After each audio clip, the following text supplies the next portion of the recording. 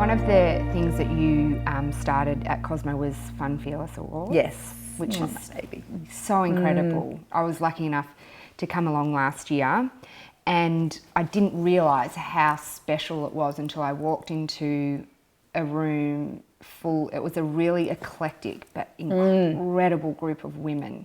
And I found, because I'd got my outfit and got my makeup and everything done, so when I got there I was not relaxed until I walked in the room, and then I was like, this is not, we can drop the bullshit. Yeah. This isn't like the races, I think, this is what I loved so much about Fun Fearless, is that it's unlike any other event for women in the country, in that, and I think it's also a little bit the way I wanted it to reflect the ethos of the brand of Cosmo, and it probably is very much the way I operate as a woman as well. Yeah. In that it's got to be about strip away the bullshit. Yeah. We're just women getting through life the best we can, and if we support each other, we can do it a whole heap better. Yeah. And that was the vibe that was and really it was. created. And the reason why we kept Fun Fearless, because Fun Fearless exists in other countries for Cosmo around the world, but it's very much a big celebrity, red carpet, wow, wow, wow, big names. Right. Very fabulous and glamorous. And ours is very unique in the fact that I wanted it to represent women that are doing amazing things, but maybe don't get the chance to be highlighted and cheerleaded because they're just not an actress or a singer or a radio person or whatever. Yeah. So we made the Fun Fearless Female Awards here in Australia really about honouring women in all walks of life. So we had the categories that we had: the glamorous, the actress and the singers and the radio and the TV presenters, but mixed back with entrepreneurs and role models and charity workers and social media stars. And what you end up with is this amazing room, very intimate, of like 100 women, but everybody's in awe of everyone else. Yeah. So everybody is like, you've got somebody who's got 3 million followers on Instagram, pouring all over this charity worker who's set up this orphanage in some, it's just this amazing goosebumpy feeling. It was, where everyone's walls are dropped. Yeah.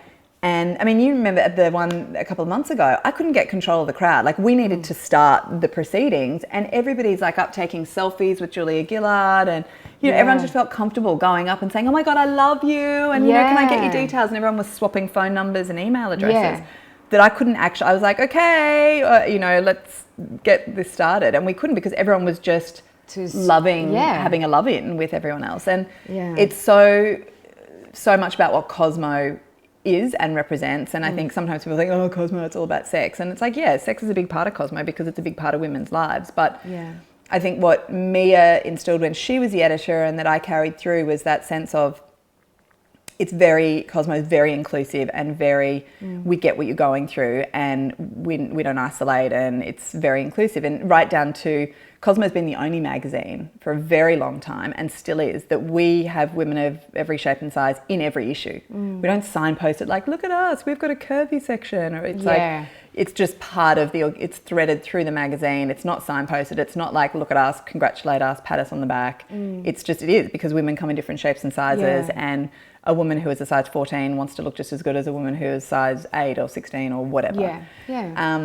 And so Fun Fearless kind of also has that sense of, we're all women, and no matter what we do, whether you've developed an app or whether you're a Logie winner, TV presenter or whatever else, it's like you're doing an amazing thing, and it's a day to honour that and celebrate that and support each other. And so through that, I even know of now a lot of the girls that have become friends and now collaborate with each other, and completely different fields, but through that day made friendships and connections that they otherwise may not have, or might have been too intimidated. Yeah, because your path wouldn't necessarily cross. There's something, because there's not many times in your life you're just in a room full of just women. And there's always something, when it happens, there is something so incredible about it. It just has a really different feeling. And a little while ago I went with Michelle Laurie. She invited me to a Muslim morning tea, a room full of women, and I said I really would love to come along, but I feel a bit uncomfortable because I don't know enough. I don't know, and I walked in there, and it was one of the best mornings I've ever had, because I'm like, I don't know what I was thinking. And then I left, I'm like, fuck, we're all just women. Yeah. And that's what was so regardless beautiful. of what you wear, regardless or of what you wear, your religion, and it was a real turning point for me, because in the room that morning of the morning tea, it wasn't things that were said, it was just the feeling in the room of a room full of women. Yeah. Just being women. Yeah. And I loved it. And it was this really similar feeling in the fun and feel.